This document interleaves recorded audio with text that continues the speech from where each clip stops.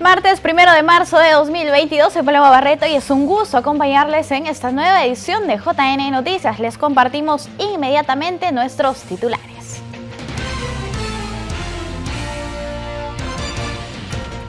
JNE alista todo para el primer encuentro nacional de comunicadores y periodistas Información para la Democracia.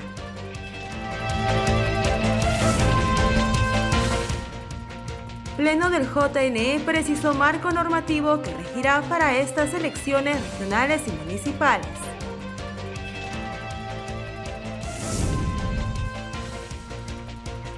Conozca cuáles son las actividades que el JNE fiscaliza en el marco de un proceso electoral.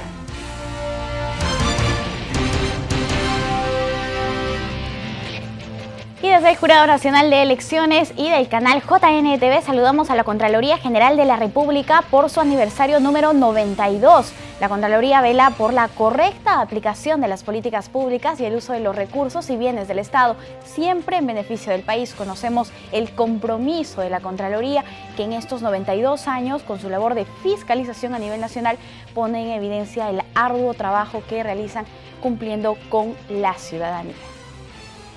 Y tras este saludo, ahora vamos con el desarrollo de nuestra información, porque en la siguiente nota conozca cuáles son las actividades que el Jurado Nacional de Elecciones fiscaliza en el marco de un proceso electoral.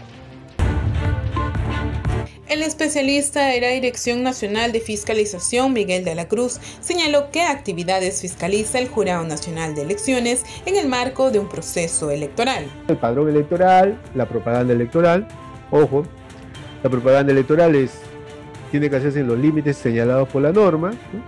En sí la propaganda electoral no es mala, ¿ya? Per se no es mala, sino la propaganda electoral es buena, ¿ya? Porque permite mantenerse informados a los electores de las propuestas que realizan los candidatos, ¿no? Sin embargo, tiene que hacerse en los límites que señala la ley, pues no en espacios públicos, no en locales de las Fuerzas Armadas, en las fachadas de las escuelas. Hay una serie de prohibiciones, ¿no? Por ejemplo, también se fiscaliza lo que se llama la conducta prohibida en propaganda electoral, más conocido como dádivas, ¿no? La declaración jurada de hoja de vida, ojo, todos los candidatos tienen que presentar una hoja de vida,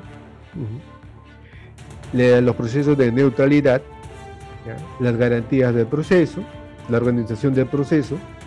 Acá está el sorteo de miembros de mesa, la instalación de las oficinas descentralizadas de procesos electorales, la publicación de la ubicación de los locales, etcétera, etcétera, etcétera, ¿no?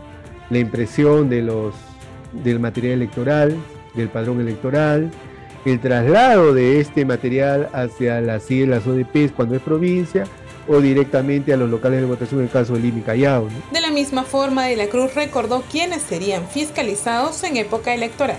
Personal de RENIEC, al personal de OMPE, al personal de las ODPs, coordinadores citales, local de votación, de mesa de sufragio, autoridades en función, ojo, ¿por qué está resaltado de rojo? Porque son las autoridades, en este caso, los titulares, las entidades de los pliegos, tanto de los ministerios como de los gobiernos regionales, municipalidades distritales, municipalidades provinciales y organismos autónomos, quienes tienen que reportar, ¿ya? O tienen que solicitar autorización al organismo electoral para poder difundir publicidad estatal en periodo electoral, ¿no? A quienes más se fiscaliza: a los electores, a los miembros de mesa, personeros, observadores, Fuerzas Armadas, Policía Nacional del Perú, prensa y otros actores inmersos en el proceso electoral. El especialista recordó que dicha fiscalización se realiza a través del personal especializado desplegado a nivel nacional, quienes a través de diversos medios digitales reportan todos los hechos en primera instancia a los jurados electorales especiales instalados en cada una de las circunscripciones electorales. Y ante la prohibición de publicidad estatal en periodo electoral, entidades deben solicitar autorización para publicar información de impostergable necesidad o utilidad pública. La directora nacional de Fiscalización y Procesos Electorales de JNE, Jessica Clavijó, explicó en JNTV la forma como se debe solicitar una autorización para publicar información de impostergable necesidad o utilidad pública que no puede esperar a que termine el proceso electoral. Hay un reporte posterior que se da en el siguiente contexto. Si una entidad,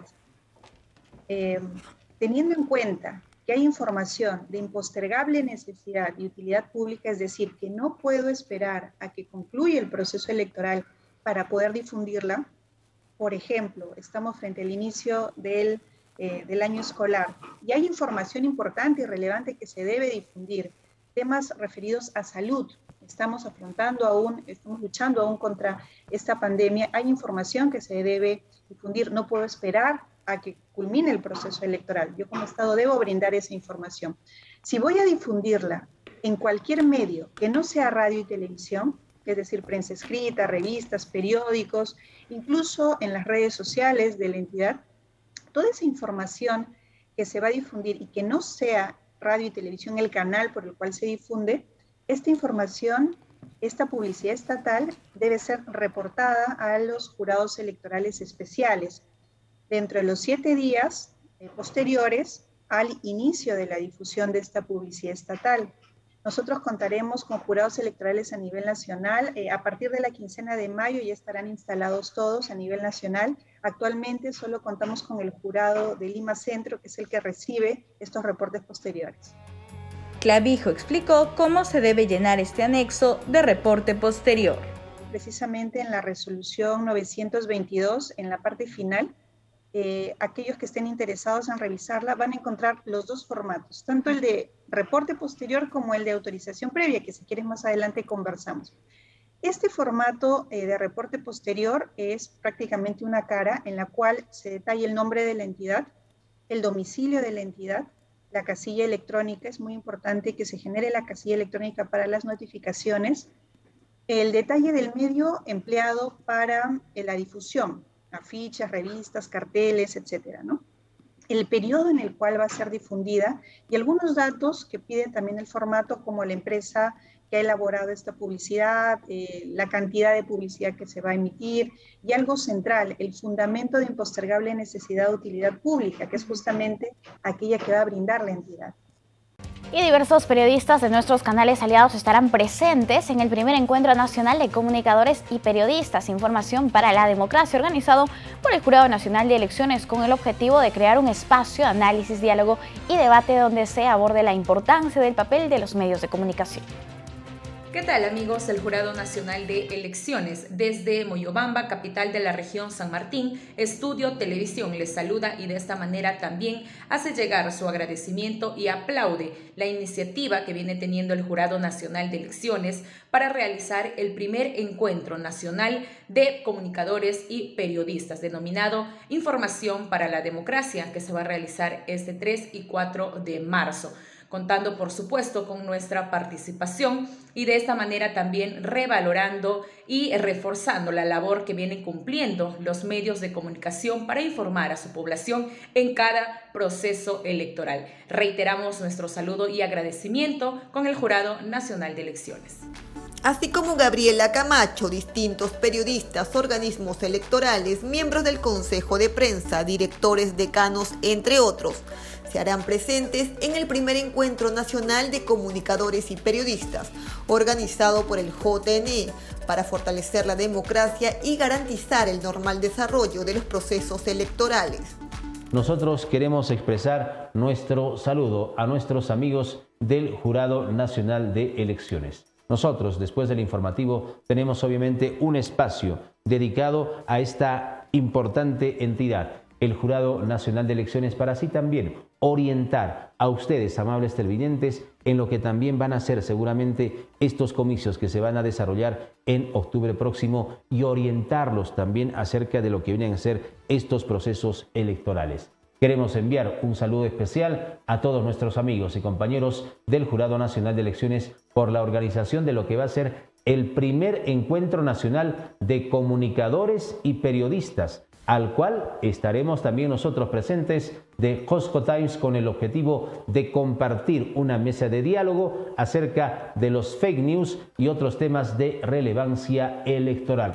Este encuentro plantea compartir información acerca de las variantes de desinformación, su impacto en la democracia y el rol protagónico de los medios, como también compartir experiencias nacionales e internacionales de verificación de hechos en procesos electorales. Dicho evento se llevará a cabo este 3 y 4 de marzo y se desarrollará de manera presencial y virtual.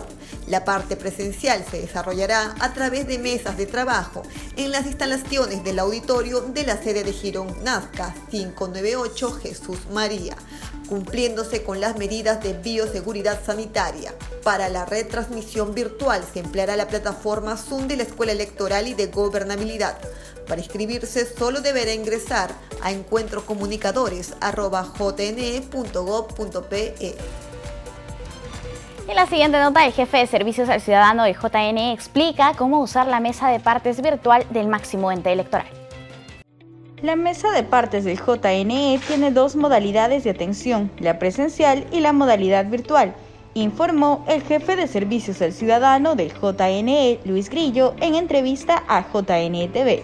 Grillo explicó cómo se accede a esta plataforma virtual. A los y a las ciudadanas a que puedan visitar nuestra página web www.jne.gov.pe. Una vez que abran nuestra página web van a encontrar que en la parte inferior hay como ciertos cuadrados o iconos en la parte inferior de la plataforma donde van a identificar entre ellos los discursos de nuestro señor presidente, la plataforma electoral, una plataforma sobre las elecciones regionales municipales 2022, entre ellas. En la parte inferior, al lado derecho, encontrarán este icono de la mesa de partes virtual. Una vez que hagan clic en este link, van a ver unos avisos sobre algunos recordatorios de presentación de documentos, sobre todo los jurisdiccionales, que estén enmarcados dentro del proceso electoral 2021. Por ejemplo, que se encuentra habilitado el sistema del SIGE, en plataforma que podrá acceder y le damos el link. Una vez que vemos estos avisos importantes, los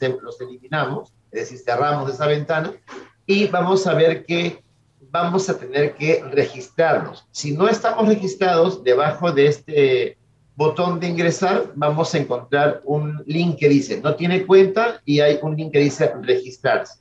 Una vez que nosotros linkeamos, el sistema nos va a solicitar nuestro número de DNI, la fecha de nuestro nacimiento, que tendremos que poner día, mes y el año, las 4 cifras del año, y el dígito verificador del DNI que se encuentra en la parte superior final del número del DNI asignado en nuestro documento. Una vez que nosotros ingresamos nuestros datos, el mismo sistema se va a encargar de brindarnos la información que se requiere para poder habilitarnos y poder hacer uso de esta plataforma. Entonces, a través de esta mesa de partes, sí es importante que mencionemos que vamos a requerir consignar todos nuestros datos personales y luego vamos a tener que ingresar en el sistema o seleccionar dentro del sistema el tipo de expediente que vamos a generar. Es decir, el trámite que vamos a realizar es un trámite administrativo o jurisdiccional, tendremos que seleccionar. Si este documento va a un jurado electoral especial, tendremos que seleccionarlo. Tenemos que especificar qué tipo de materia y qué tipo de escrito vamos a nosotros adjuntar. Una vez que hacemos esta clasificación, vamos a pasar a adjuntar la documentación que esta debe de estar debidamente escaneada en formato PDF, ¿no?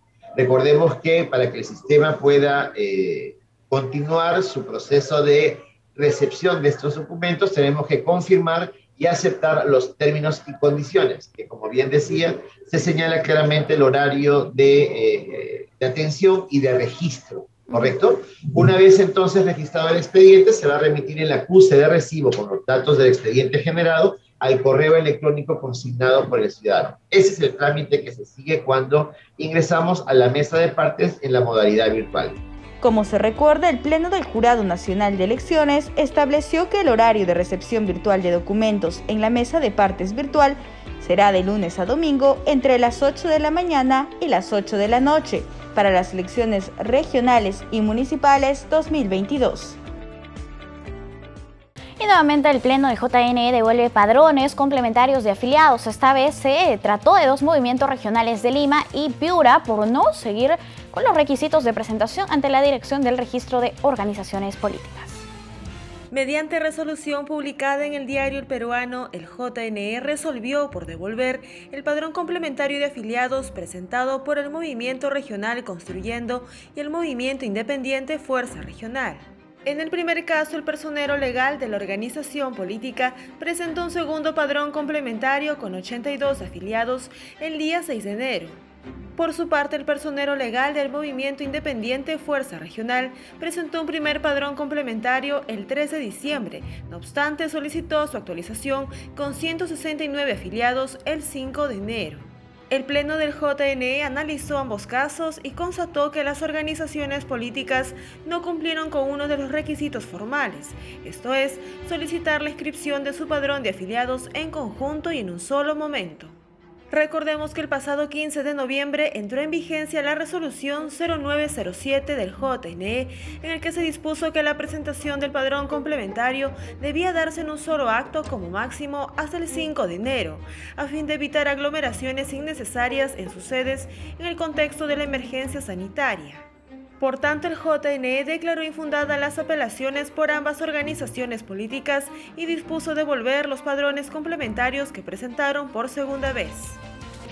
El Jurado Nacional de Elecciones publicó el bagaje de leyes y resoluciones que regirán para estas elecciones regionales y municipales. Veamos.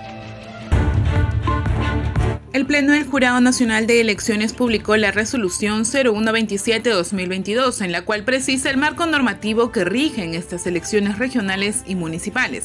La finalidad, dar a conocer de forma oportuna y adecuada las normas que velarán en este proceso electoral.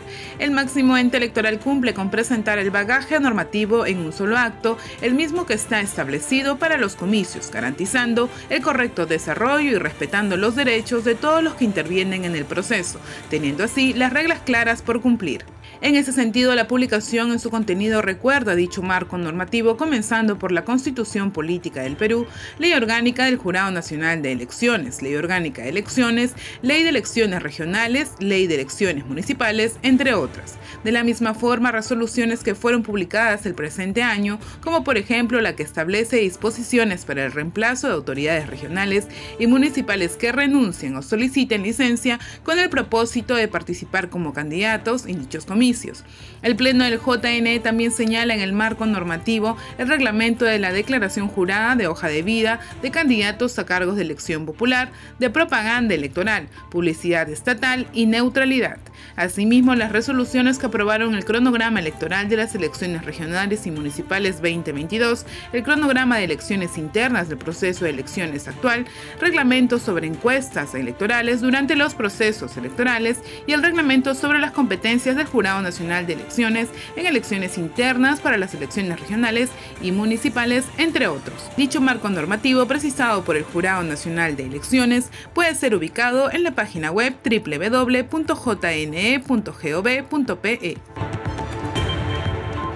Y el embajador de la Unión Europea en Perú, Gaspar Frontini, señaló que se busca lograr un trabajo más coordinado con nuestro país. En ese sentido, la entidad continuará apoyando con envío de observadores electorales para comicios de este año. Hemos venido apoyando al Perú con las misiones de observación electoral, prácticamente en cada elección general. Hemos ayudado con el envío de una misión electoral. Las misiones dan recomendaciones, estas luego tienen un seguimiento, entonces ayudamos al gobierno del Perú a dar seguimiento a estas recomendaciones. Esas fueron las palabras de Gaspar Frontini, embajador de la Unión Europea en Perú. Señaló además que la Unión Europea tiene una estrecha relación con el Jurado Nacional de Elecciones, la OMP y el Congreso, tratando de reforzar todas las instituciones que tienen responsabilidades en estos procesos que son fundamentales, pues la democracia es uno de los pilares de la Unión Europea y la consideran como uno de los pilares en las relaciones con los países que tienen afines y con los que comparten valores. Finalmente, añadió que la Unión Europea trabajará de manera más conjunta con el Perú y buscando lograr un trabajo más coordinado, no solo en el ámbito del gobierno central, sino a escala regional y local, así como con el sector privado, la sociedad civil y la academia, es decir, una cooperación más abierta hacia todos los sectores. Presidente del Jurado Nacional de Elecciones, Jorge Luis Salas Arenas, tomó juramento al abogado Willy Ramírez Chávarri como miembro titular del Pleno del Ente Electoral, quedando incorporado como representante del ilustre Colegio de Abogados de Lima. En la sesión pública transmitida a través del canal JNTV y las redes sociales de la institución, se dio a conocer la hoja de vida del doctor Ramírez, quien es maestro en Administración de Negocios por la Universidad Internacional Atlantic. Tiene un máster en e-learning o teleinformación y es licenciado en Gestión de la Educación por la Universidad Alas Peruanas. Además es abogado por la Universidad de San Martín de Porres y actualmente es docente de la Universidad Nacional Mayor de San Marcos y de la Universidad San Martín de Porres.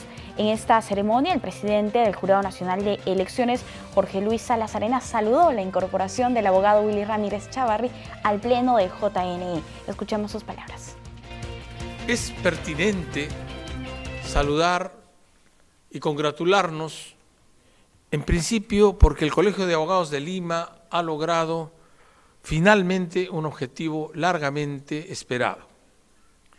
Ha designado su representante que, de acuerdo a la Constitución, tiene que integrar el Jurado Nacional de Elecciones, y lo ha hecho después de 2 años, después de haber atravesado avatares distintos, que entre tanto la democracia no se detiene.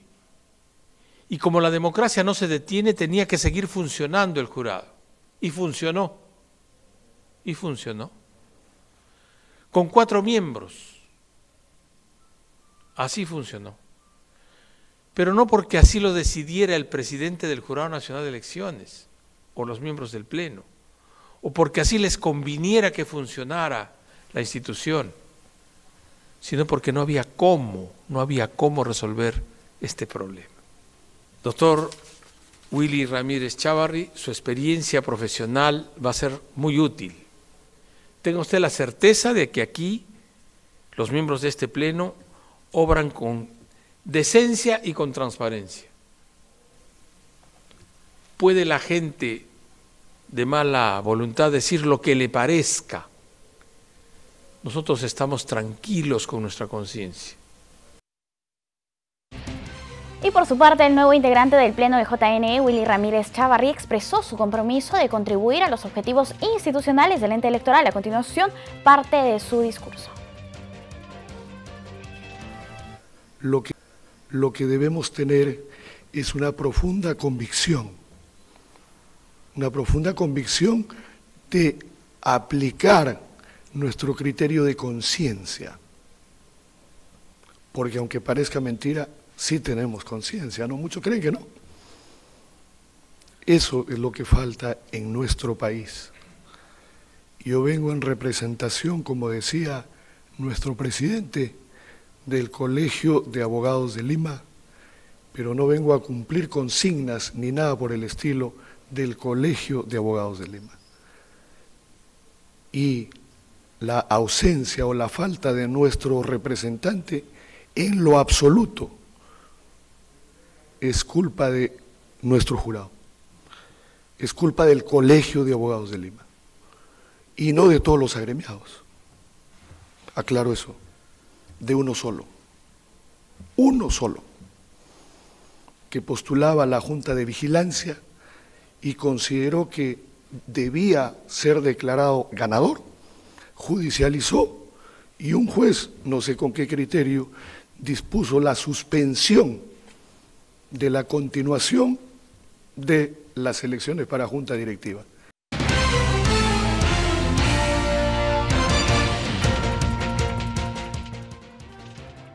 Tenemos una entrevista, vamos a conversar sobre la aplicación de la paridad y la alternancia en las elecciones regionales y municipales 2022. Ahora nos encontramos con la doctora Amelia Hernández, ella es abogada especialista en temas electorales. Doctora, ¿cómo está? Muy buenos días, bienvenida. Buen día, Paloma. Gracias. No, a usted las gracias por acompañarnos. Doctora, estas serán las primeras elecciones regionales y municipales en las que se aplicará la norma de la paridad y la alternancia. ¿Cómo generará esto la igualdad de oportunidades entre mujeres y varones? ¿Cuáles serán los beneficios?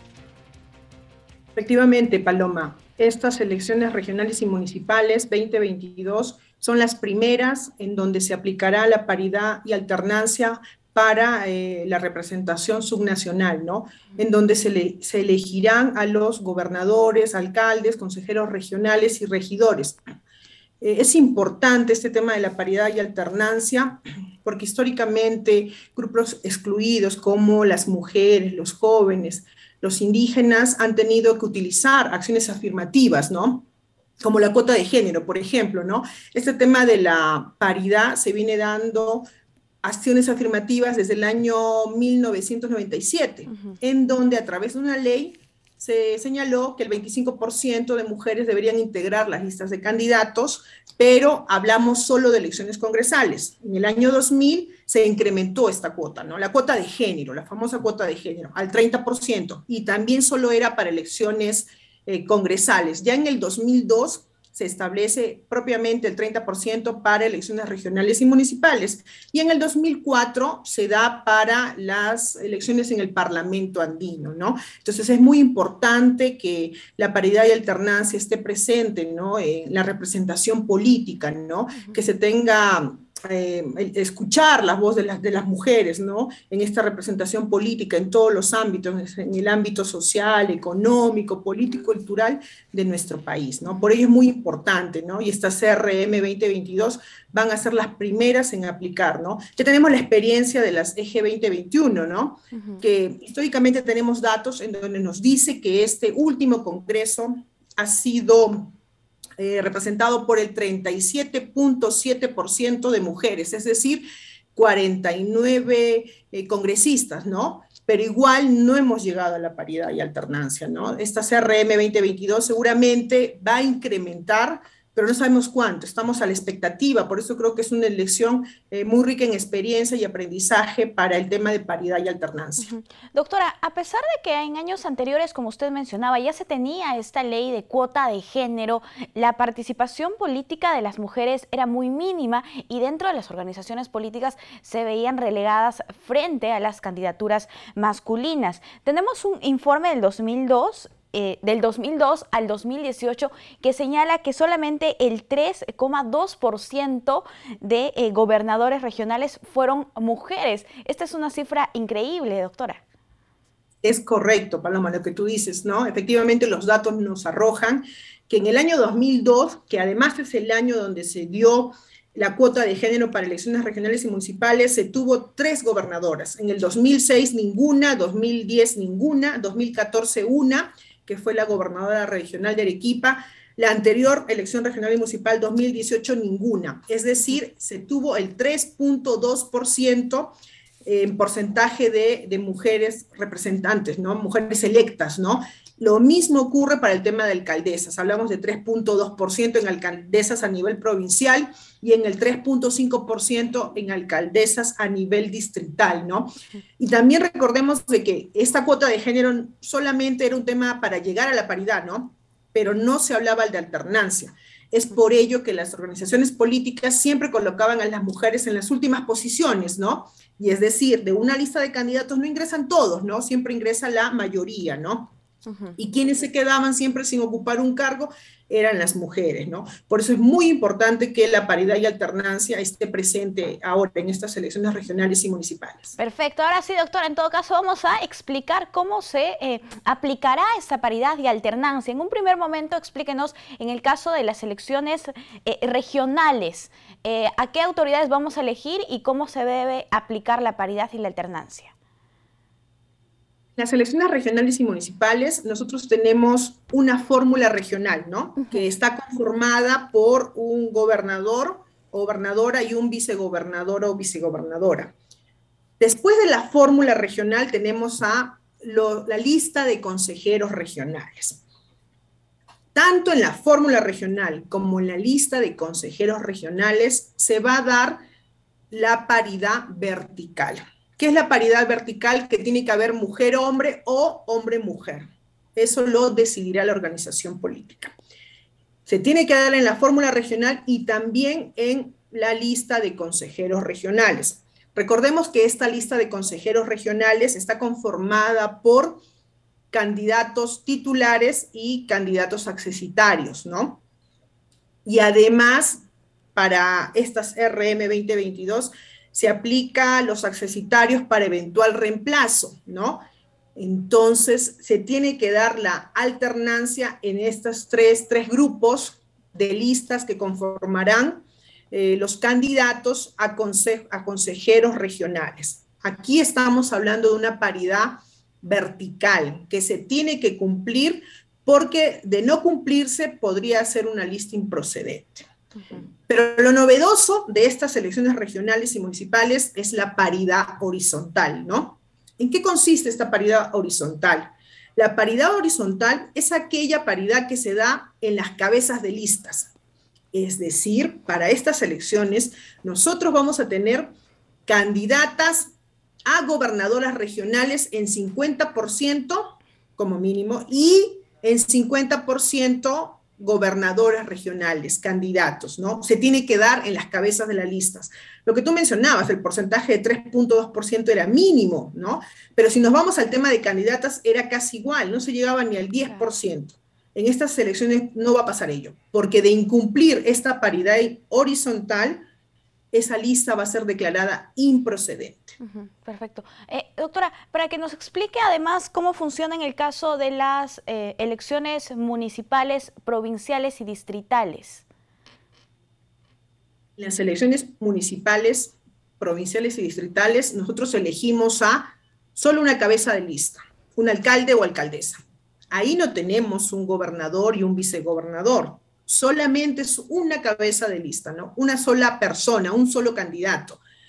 Entonces, no se aplica la paridad horizontal en las elecciones municipales. Lo que sí se aplica son la paridad vertical.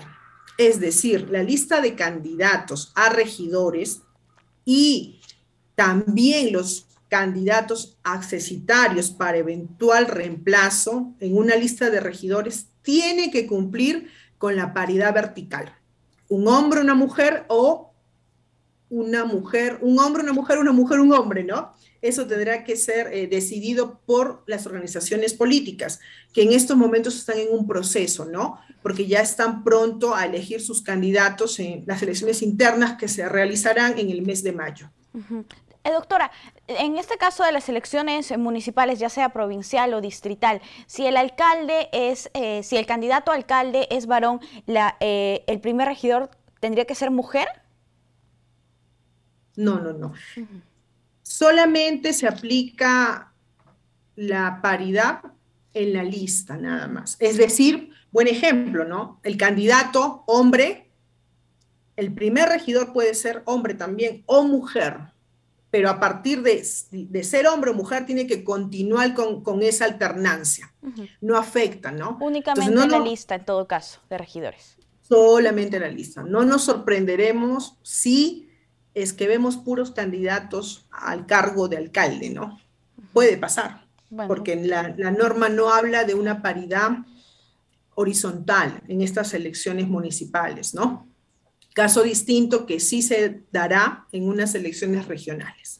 Bien, vamos a ver, doctora, qué es lo que pasa. Ahora, ¿cómo se velará por el cumplimiento de este principio de paridad y alternancia? ¿Qué es lo que hará el Jurado Nacional de Elecciones, los organismos del sistema electoral? No, el cumplimiento de estos requisitos de paridad y alternancia está en las propias organizaciones políticas, ¿no? Los partidos políticos tienen que cumplir con su paridad horizontal y vertical, ¿no? Los movimientos regionales también cumplirán con la paridad vertical. Ese es el primer filtro, por decirlo, ¿no? Posteriormente, estas listas de candidatos elegidas por los afiliados de las organizaciones políticas serán presentadas ante los jurados electorales especiales, ¿no? Quienes verificarán que se dé el cumplimiento de este requisito de paridad y alternancia, ¿no? Bien, doctora, perfecto. Y también se implementará el sistema Declara. ¿Este también colaborará a las organizaciones políticas para que puedan presentar bien sus listas de candidatos? Perfecto, ¿no? Tenemos el sistema Declara internas que de una u otra manera va a ayudar a las organizaciones políticas para sus elecciones internas en saber, en conocer si han cumplido el tema de paridad. Pero eso se dará solamente cuando una organización política tenga una lista única, ¿no? Cuando tenga una lista única. Acá es importante señalar algo, Paloma, ¿no? ¿Qué ocurre, por ejemplo, si yo soy una organización política y presento dos o tres listas, ¿no? Y en una lista va un candidato gobernador, candidata gobernadora, luego candidato gobernador, ¿no? Y son los afiliados quienes van a elegir las listas, recordemos, ¿no? ¿Qué pasa si yo en las 25 circunscripciones electorales que se van a dar, yo partido político verifico que no hay una paridad? Puede darse 12 candidatas y 12 candidatos. Claro. 24. Y el 25, la ley nos permite, las normas electorales nos permiten que puede ser hombre o varón. Pero no podríamos partir un número entero, ¿no es cierto? En ese caso, ahí sí se cumple con la paridad horizontal. Pero ¿qué ocurre si, por ejemplo, este partido tiene 10, ¿no? Tiene 10 de varones y 15 de mujeres, o al revés, 15 varones y de 10 mujeres. No se da la paridad. Entonces, el reglamento ha previsto que en caso de ocurrir ello, la lista en donde la cabeza sea un hombre, por ejemplo, puede invertirse, ¿es cierto? José pasa a ser vicegobernador y María gobernadora. ¿Con qué finalidad? Con equiparar las listas. Perfecto. Y yo ya puedo tener la misma cantidad de candidatos a gobernador y gobernadora. Muy bien, listo. Doctora, muchísimas gracias por acompañarnos. Ha sido un gusto conversar con usted. Loma. Cuídense, hasta una próxima oportunidad, amigos. Nosotros hacemos una pausa. Volvemos.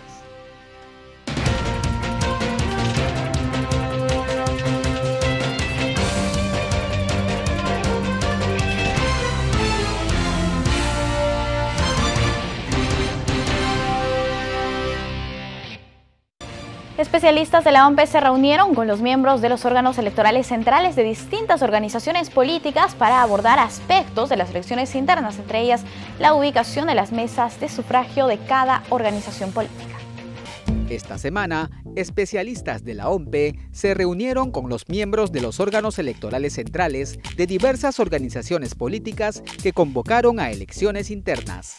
Los encuentros sirvieron para informar a los partidos políticos y movimientos regionales sobre los criterios que se emplearán para la conformación de mesas. En este momento, precisar la ubicación de las mesas de sufragio de cada organización. Por eso estas reuniones se están llevando a cabo a nivel nacional. En Lima estamos reuniéndonos con los partidos políticos, pero en provincia con los movimientos regionales. Ahora, ¿quiénes están a cargo de estas reuniones? Los gestores, tanto de las ORC como de los puntos focales. Es importante precisar que para los comicios de mayo, la OMPE habilitará mesas en todas las capitales de provincias y en todos los distritos de Lima y Callao. Además, en aquellas zonas donde no se alcance el mínimo de 25 electores por mesa, se habilitará una en la provincia inmediata contigua para completar el número requerido. De esta manera, los órganos electorales centrales de las organizaciones políticas se informan respecto de la organización del proceso. Bueno, felicitarlos, la verdad es sumamente necesario que los partidos políticos se nos capacite, se nos oriente y se nos vaya guiando en estos procesos. Son procesos nuevos en realidad, son legislaciones nuevas, de repente todavía no nos hemos familiarizado totalmente. Agradecemos la disposición y siempre estaremos prestos a colaborar. Me ha sorprendido positivamente este tipo de reunión, muy puntual, muy precisa, muy ejecutiva. Nos han plasmado el panorama tal cual como es, con fechas, con un calendario, y más que con dudas hemos salido muy satisfechos de esta reunión. Cabe destacar que en las siguientes semanas se llevarán a cabo reuniones en las que se tratará sobre la designación de miembros de mesa, el registro de delegadas y delegados y el material electoral. Con estos encuentros, se busca que las organizaciones políticas se encuentren informadas y listas para escoger a sus candidatos y candidatas para las elecciones regionales y municipales 2022. Y la jefa del RENIEC, Carmen Velarde Queclin, señaló que la población transgénero podría próximamente realizar cambios de manera administrativa en sus nombres y sexo en el Documento Nacional de Identidad. Esto en base a un proyecto de ley que la entidad registral enviará al Parlamento.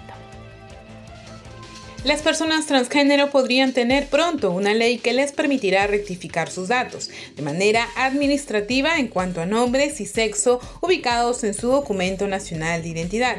Así lo señaló la jefa del RENIEC, Carmen Velarde, ya que se prepara un proyecto por parte de la entidad registral. Cabe destacar que en muchos casos la población trans sufre exclusión social, ya que como ciudadanos el DNI se nos pide para ir a votar, para firmar contratos, para ir al banco, entre otros. Y todas esas son situaciones donde quien no tiene un DNI con su género y con su nombre está expuesta a discriminación. En ese sentido, lo que busca el RENIEC es que las personas transgénero no pasen muchos años en un proceso judicial para rectificar dichos datos consignados en su DNI. En tanto, podría ser una rectificación administrativa, aminorando los tiempos y siendo empáticos con el tema de su identidad. La comisión encargada de este proyecto tiene plazo hasta este 31 de marzo para dar sus resultados. Posteriormente, el proyecto será presentado al Congreso para su debate. En esa línea, la jefa del RENIEC señaló que la institución solo cumple con la ley y que corresponde al legislativo hacer los cambios pertinentes para permitir este reconocimiento. Veamos ahora las noticias más resaltantes del sector de telecomunicaciones gracias al microinformativo Más Conectados de OCIPTEL.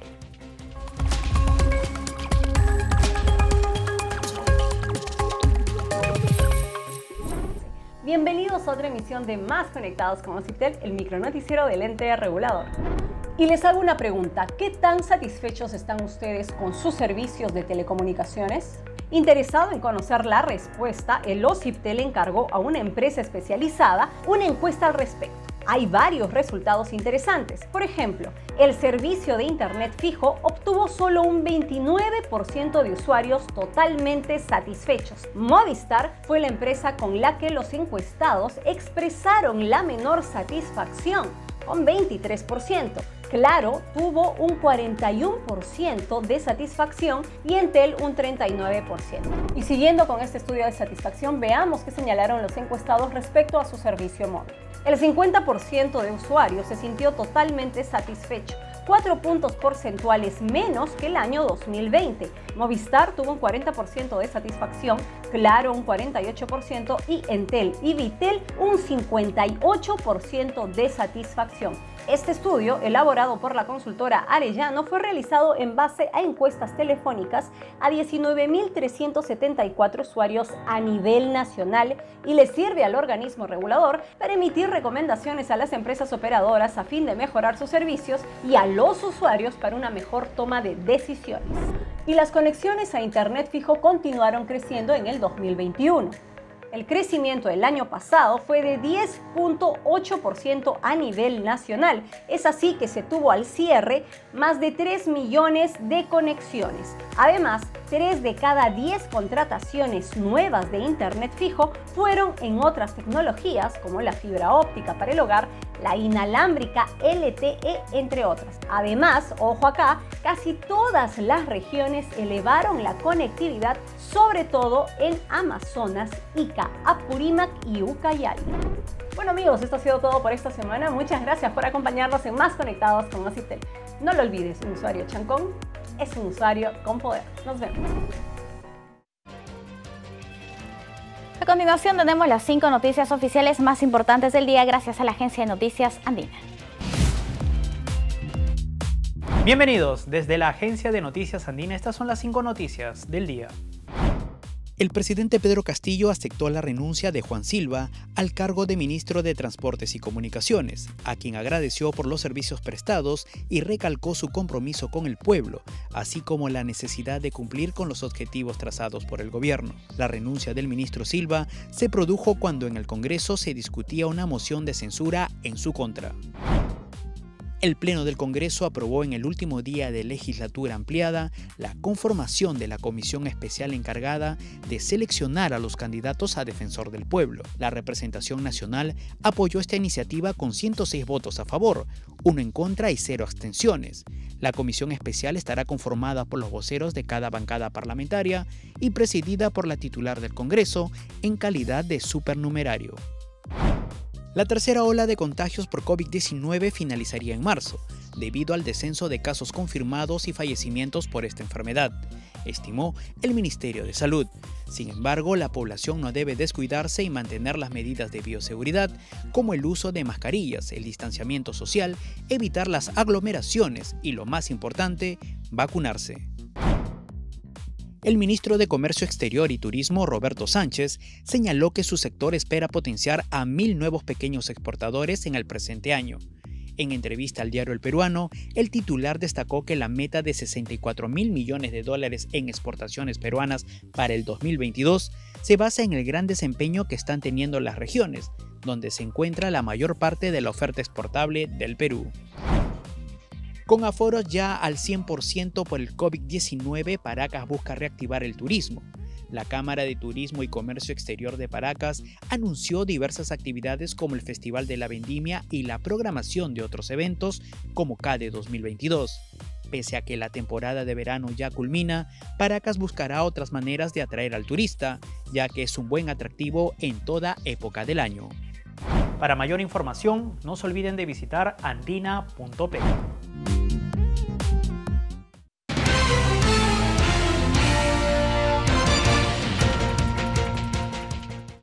Amigos, les contamos que el Registro Nacional de Identificación y Estado Civil implementará el registro civil bilingüe en 12 regiones del país.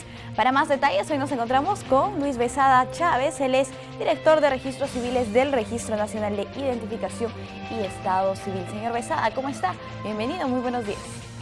Buenos días, Paloma, a tus órdenes.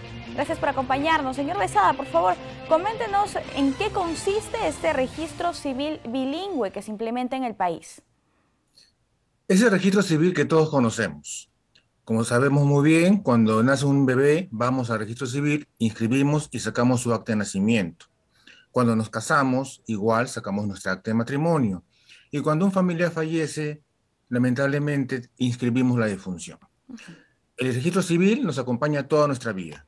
Pero hay al menos el 16% de peruanos que no hablan el castellano, sino una de las 48 lenguas indígenas del país. Entonces, el registro civil, ese que todos conocemos, ahora tiene enfoque intercultural con pertinencia lingüística. Perfecto. Señor Besada, ¿en cuántas regiones de nuestro país se va a implementar este registro civil bilingüe? El registro civil bilingüe ya se viene implementando de manera progresiva desde el año 2014, de a pocos, ¿no? Ya tenemos 252.000 actas entre nacimiento, matrimonio y función en 13 lenguas indígenas.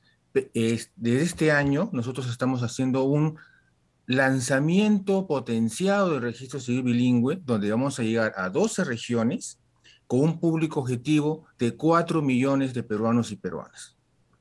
¿De qué lenguas estamos hablando? El lunes pasado implementamos en el centro poblado Cauri, en Catca, Quispicanchis, Cusco, la lengua quechua collao. Vamos a implementar en el marco de esta potenciación, con el apoyo del Banco Interamericano de Desarrollo, 4 variantes de quechua.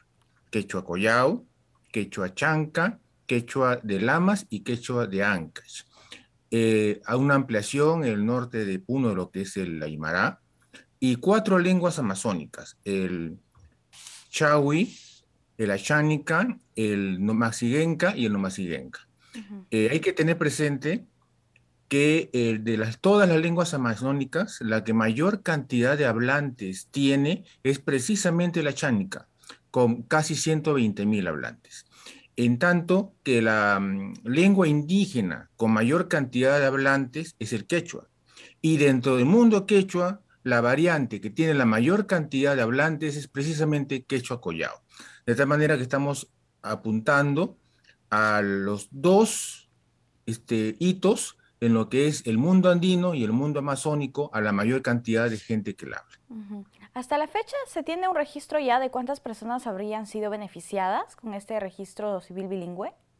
Sí, desde que se ha implementado son 252.000 actas que ya se han generado, pero también ya tenemos implementadas 932 oficinas a nivel nacional con estas 13 lenguas, las mismas que son, permítame leerlas, Jakaru, que es la lengua andina, la más antigua del país además, el aguajún, que es una lengua amazónica en donde se implementó el primer registro civil en línea de América, Aymara, Wampis, Chipiboconibo, Maxés, Ashuar, Cauqui, Candosi Chapra, Cucama, Cucamiria, Ticuna, Ashánica, y del quechua ya habíamos implementado Incahuasi Cañaris, Huanca y Huánuco.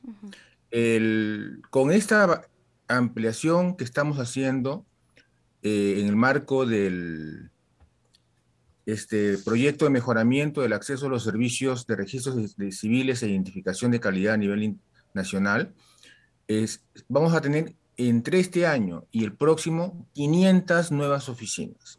Estamos yendo a los lugares más lejanos del país.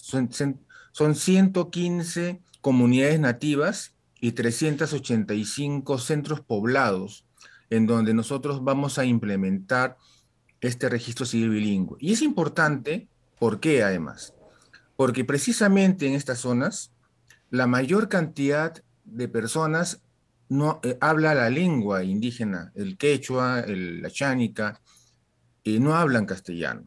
Hay departamentos en donde la cantidad de hablantes de castellano es de 30%, 40%, 20%, porque la mayoría está precisamente en los hablantes de estas lenguas indígenas.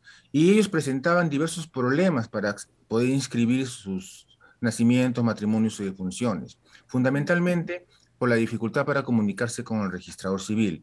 Y esto, lamentablemente, tenía como efecto número uno ser fuente de error. El registrador civil se equivocaba y después las personas tenían que estar realizando trámites, por ejemplo, de rectificación administrativa. Y el otro es desalienta. Como no me entienden, ¿para qué voy a inscribir a mis hijos? Y si lo que se estaba generando era una suerte de subregistro, es decir, la falta de inscripción de nacimientos. Y además, hay otra gran ventaja.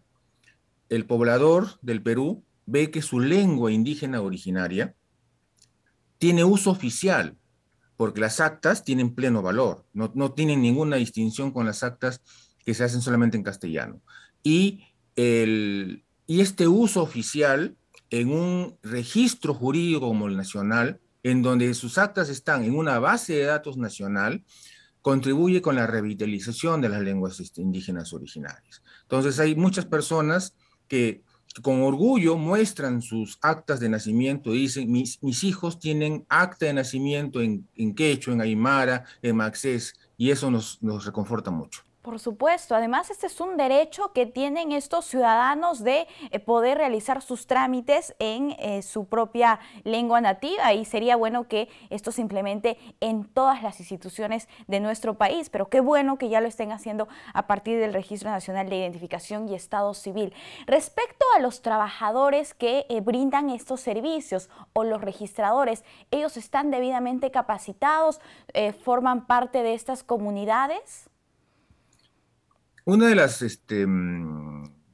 digamos, necesidades que tiene todo servicio es que los operadores del mismo sepan qué hacer.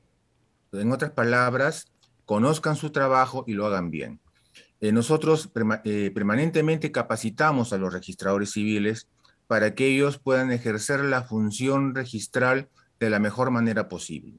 Y en las oficinas en las que se implementa el registro civil bilingüe, generalmente quienes intervienen como registradores civiles son los registradores civiles de la zona y hablan la lengua indígena, materia de implementación, ya que además corresponde a su zona de predominio lingüístico.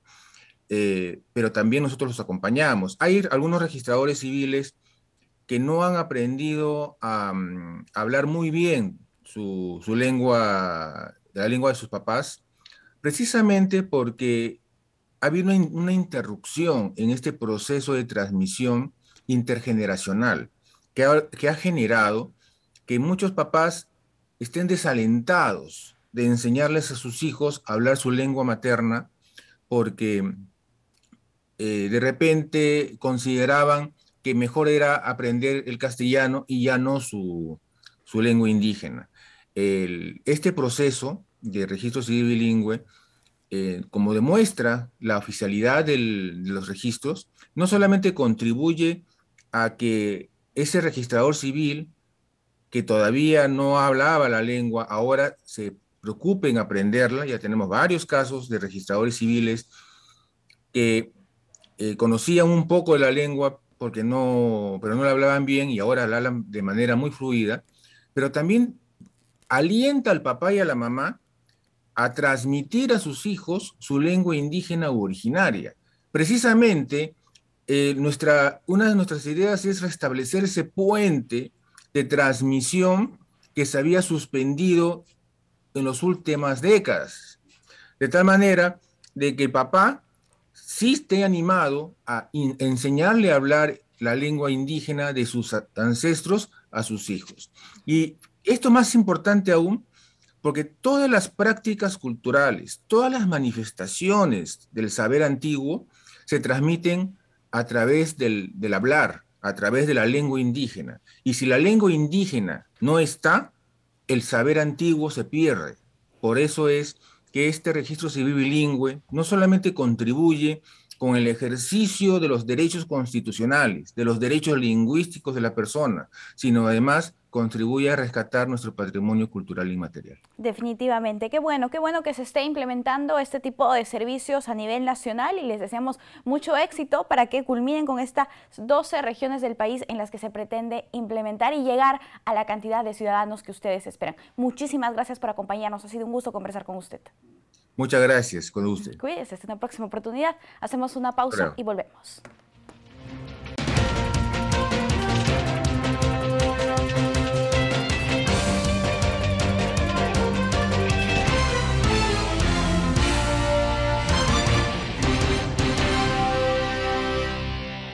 Llegamos al final del programa, muchas gracias por acompañarnos, nos reencontramos mañana en el canal 516 de Movistar TV, las redes de JNE y por la señal de nuestros canales aliados. Los dejamos con imágenes del santuario histórico del Bosque de Pomaj en Lambayeque. Permiso.